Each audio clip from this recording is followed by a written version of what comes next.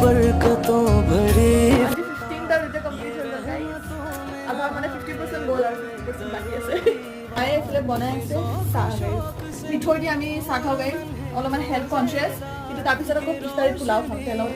পোলাও পকৰি জেলেবি কিন্তু চাহ আমি চেনি দি নাখাওঁ দেই পুৰা হেল্থ কনচিয়াছ এনেকুৱা লাগিছে 15টা ৰোজা কমপ্লিট হৈ গ'ল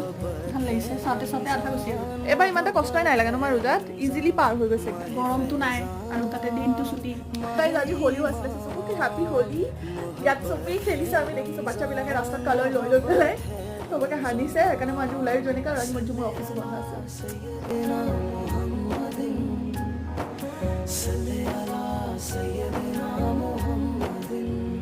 ये भूख प्यास ये सख्ती तो एक सादत है